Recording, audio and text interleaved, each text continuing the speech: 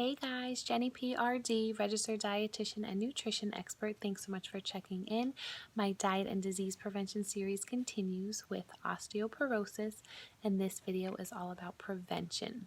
So, osteopenia is pretty much the precursor potentially to osteoporosis. So if we can prevent osteopenia, then likely we can prevent osteoporosis. So here are some things that we can do to prevent osteopenia and osteoporosis. First things first, getting adequate calcium and vitamin D.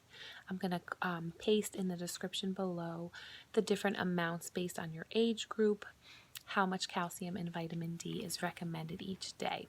You want to avoid smoking. You want to limit your alcohol intake, and you also want to get plenty of exercise. So when it comes to alcohol, a serving of alcohol is 1 glass per day, and for men would be 2 glasses. So women is 1, men is 2. A serving of alcohol is 1.5 ounces of hard liquor, 5 ounces of wine, or 12 ounces of beer. And now when it comes to exercise, plenty of exercise is going to be at least 150 minutes of exercise per week. So that simply can be 30 minutes per day or 30 minutes 5 days a week. So again, weight-bearing exercises to build strength to those bones. So calcium and vitamin D. First, we're going to talk about calcium and food sources.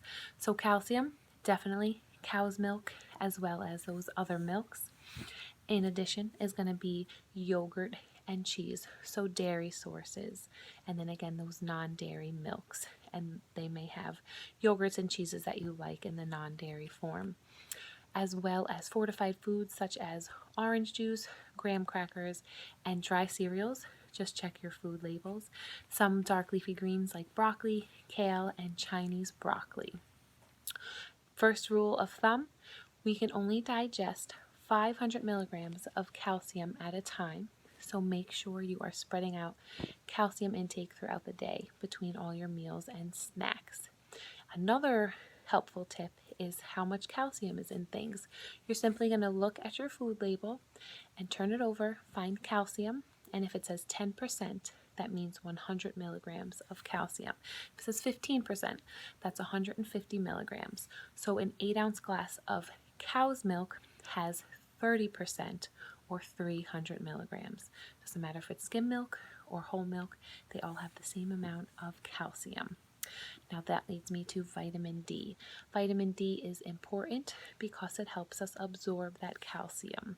So vitamin D is pretty hard to get from our diet, but it is possible in some foods. So salmon and mackerel, as well as cod liver oil.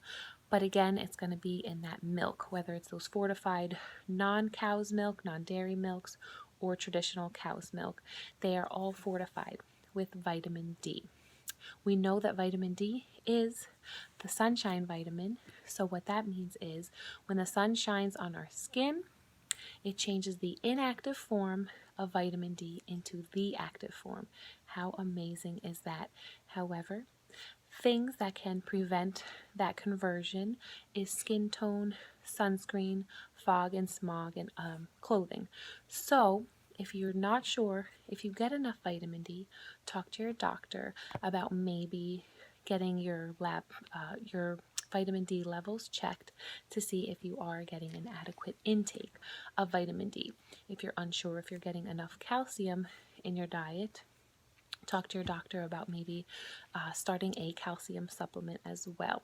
So make sure you check the description box below for the calcium recommended intakes as well as the vitamin D recommended intakes for you and your family. And definitely stay tuned for more videos. Let me know any other topics you want to learn about. Quick shout out to my Fat to Fit weight loss group on Facebook, and don't forget to give me a thumbs up and subscribe. Thank you so much for watching. Stay tuned for more videos.